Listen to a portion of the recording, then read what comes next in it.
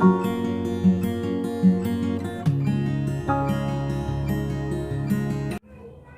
children, how are you all? Hope you all are absolutely fit and fine at your place. Okay children, so do you remember what we have done in our last lecture?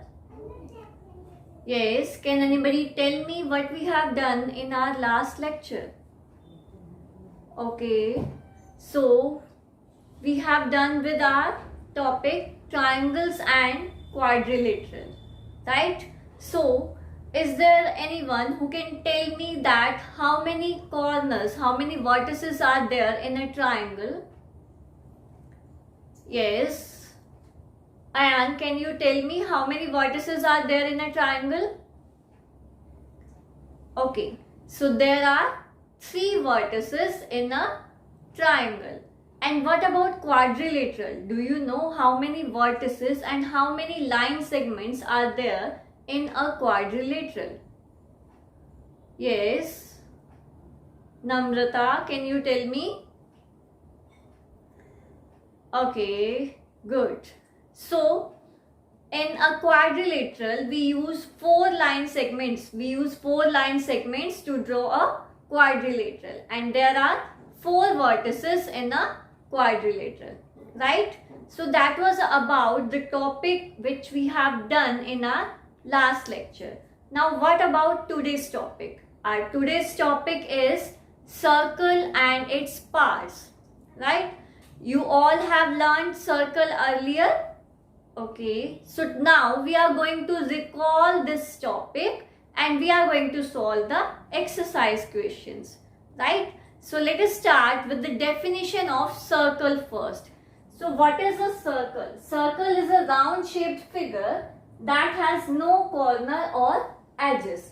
No corner or edges. It means like in a triangle and in a quadrilateral there are corners or we can say vertices, but in a circle there is not any vertex or there is not any vertices. It is a round shaped figure. It is a round shaped figure and it does not have any vertex. Okay. Now what about center? Center of a circle is a point in a circle from which all the distances to the point on the circle are equal. So what is a center? A center. This is the center of the circle. And from this point to the center, all the distances are equal. So distance from this point to the circle, distance from this point to the circle, these all distances are equal. And what is this distance called? What is this distance called? This O and P. This OP is called the radius. This OP is called the radius. Right? And if I talk about diameter, then what is the diameter? If suppose we have this circle, then 2 points on the circle. 2 points on the circle. The distance between the 2 points on the circle is called diameter, but it should pass through the center. It should pass through the center. The distance which is passing through the center, okay, and its end points are on the circle. Its both end points are on the circle. So that segment, that line segment is called, that distance is called, so this is called diameter. What is this called? This is called diameter, right? Likewise, if I talk about what is a chord is also a distance between 2 points on the circle, but chord does not pass through the center. So this is the chord. This chord is not passing through the center, okay, and this chord is not passing through the center. So this is a chord, right? Now, if I talk about the sector, so this is the center, okay. So, first of all, I am going to tell you what is an arc. What is an arc? Any portion of the circle. So suppose this portion, only this portion can be called as an arc. And what about the sector? The distance. See, two radius. These are two radii. So two radii and one arc. The portion between two radii, and one arc. This is the arc. So this is called sector. What is this called? This is called sector. Right? Likewise, portion between a chord and an arc. This is the chord and this is the arc. So the portion between this is called segment. What is this called? Segment. Right? So I have told you about the circle, center, radius, diameter, chord, sector, segment and an arc. Right? So these are the things which tells us about the circle and its parts. Right? Now I am going to show you a clip and that will help you to understand it in a better way. So let's enjoy this clip now. Circle. We see at various places the shape of a circle in our daily life. Clocks are good examples of circle. A 1 rupee coin, wheel and tires are some examples of circles. Take a bangle and place it on a sheet of paper and starting from a point, move the pencil along its curved edge. We get a closed curve and this closed round curve is called the circle. Take a thread and place it along the edge of the circle, starting at a point and ending at the same point. Now measure the length of this thread. This length is called the circumference of the circle. Take a compass with a pencil slid on it. Draw a circle with the length between the sharp point of the compass and the pencil as 5 cm. We get a perfect circle as shown on the screen. So, we can say that circle is a closed path which is always at a fixed distance from a fixed point. The fixed point O is called the center. The fixed distance is called the radius of the circle. Let us now understand the various terms related to circle. This is a circle with center O. Consider a point P on the circle. Join O and P. The line segment OP is called the radius of the circle. We can draw countless number of radii on a circle. Take one more point R on the circle. Draw a line segment PR passing through O. This line segment is called the diameter of the circle. We can draw countless number of diameters on a circle. Consider a point Q on the circle. Draw a line segment PQ. This line segment is called the chord of the circle. A line segment joining any 2 points on the circle is called the chord of a circle. These are all chords of this circle. We can draw countless number of diameters on a circle. And we see that the diameter of a circle is also a chord of the circle. The diameter is the longest chord of the circle. Remember these important points.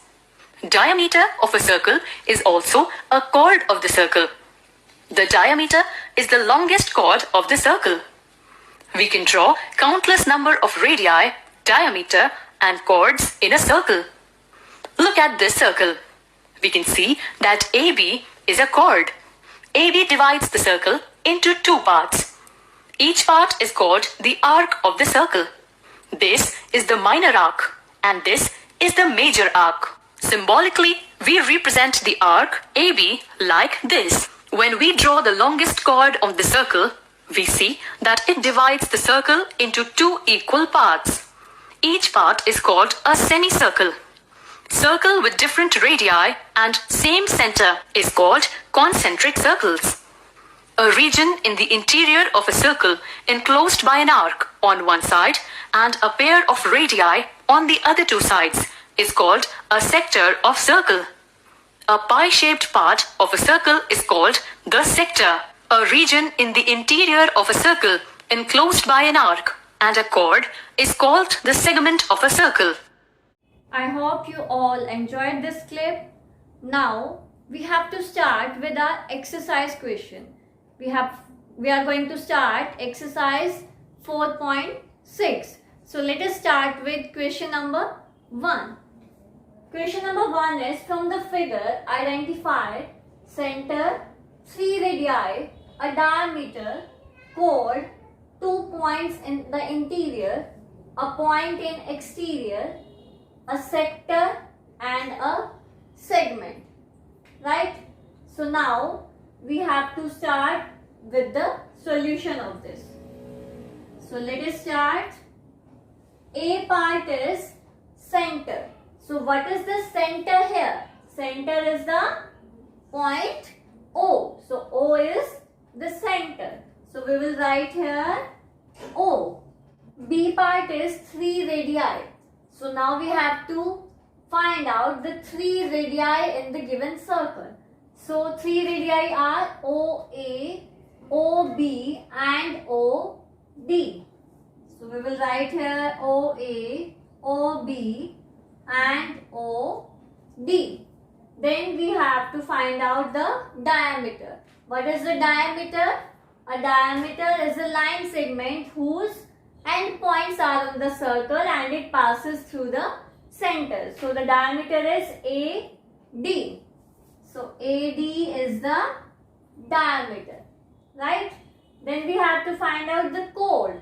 So chord is again a line segment whose end points are on the circle but it does not pass through the center. So EC is the chord. EC, right? Then 2 points in interior. 2 points in interior means circle के अंदर जो 2 points हैं that we have to tell. So the 2 points in the interior of the circle are point P and point O. O is also a point. So point P and point O. Okay. Then we have a point in exterior. So the point which is in its exterior is the point Q. Exterior means जो circle के बाहर हो. Right? After that, a sector. What is a sector? Sector is the portion between 2 radii and an arc. So this is the sector. So AOB is the sector. AOB.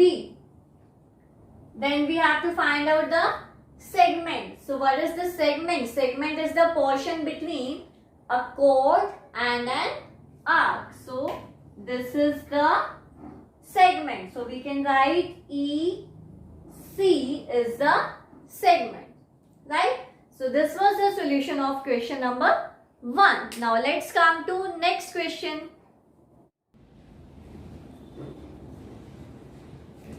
Okay, so children, question number 2 is your homework. You have to try to do yourself. What is given in that question? In that question, you have to tell that diameter is a chord or not. Yes, diameter can be called as a chord because there is a similarity between diameter and chord. And what is that similarity? That the end points of diameter and chord are on the circle. Okay, so we can call a diameter as a chord, right? But can we call a chord as diameter? No. Why? Because chord does not pass through the center. Okay?